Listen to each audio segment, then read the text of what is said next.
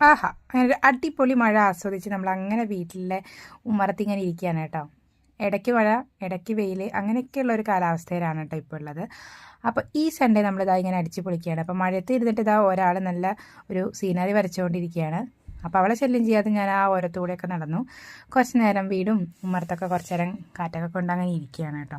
ഇവിടെ ഒരാൾ വരയ്ക്കുന്നത് നല്ല മഴയത്ത് ഉദിച്ച് നിൽക്കുന്ന സൂര്യനെയാണ് കേട്ടോ.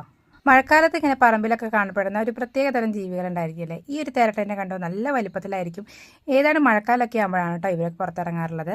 അപ്പോൾ മഴയൊന്നും കൂസാതെ ഇതാ ഇങ്ങനെ വിഹരിച്ചുകൊണ്ട് നടക്കുകയാണ് വലിയൊരു തേരട്ട. അത്യാവശ്യം നല്ല വലിപ്പമുണ്ട് കേട്ടോ. കാണുമ്പോൾ തന്നെ എന്തോ മാതിരി തോന്നും. ഇങ്ങനെ കാണുമ്പോൾ ഏതോ വലിയൊരു ജീവിനെ പോലെ തോന്നുന്നുണ്ട് അല്ലേ.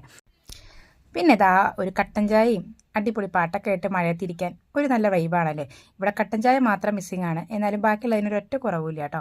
അപ്പോൾ നല്ല നിശബ്ദതയിൽ നമ്മളിങ്ങനെ പ്രകൃതിയൊക്കെ നോക്കിയിട്ട് ചുമ്മാ ഇങ്ങനെ ഇരിക്കുകയാണ് കേട്ടോ. കുറച്ച് നേരം മഴവെള്ളത്തിലൊക്കെ കളിച്ചു. പിന്നെ മഴയത്ത് ഇറങ്ങാനൊന്നും നിന്നില്ല, അത്രയ്ക്ക് തന്നെ ഞാനുള്ള മോഹമൊന്നും ഉണ്ടായിരുന്നില്ല. അത് കഴിഞ്ഞ് നമ്മൾ അടുക്കളയിലേക്കൊക്കെ ഒന്ന് പോയി. അമ്മ അവിടെ എന്തൊക്കെയോ കുക്ക് ചെയ്യുന്നുണ്ടായിരുന്നു. അതൊക്കെ ഒന്ന് കണ്ട് മനസ്സിലാക്കി വീണ്ടും ഉമ്മർത്ത് വന്നിരുന്നു. അപ്പോഴേക്കും വീണ്ടും നല്ലോണം മഴ പെയ്തു കേട്ടോ. അപ്പോൾ ഇവിടെ അടുത്തുള്ള തോടും പുഴയൊക്കെ നന്നായി നിറഞ്ഞിട്ടുണ്ടായിരിക്കും, കുളമൊക്കെ. അപ്പോൾ ഈ ഒരു സമയത്ത് നമുക്ക് പോകാൻ പറ്റില്ല, അത് നെക്സ്റ്റ് ടൈമിലാവാം. അപ്പോൾ ഇപ്പോഴേ അവിടെ മുകളിൽ വര കഴിഞ്ഞിട്ടുണ്ട്. കണ്ടില്ലേ? ഇഷ്ടപ്പെട്ട ലൈക്ക് ചെയ്യാൻ ഷെയർ ചെയ്യാൻ മറക്കരുത്. അപ്പോൾ ഇതാണ് ഇന്നത്തെ ഒരു ചെറിയ വ്ളോഗ്. ബൈ.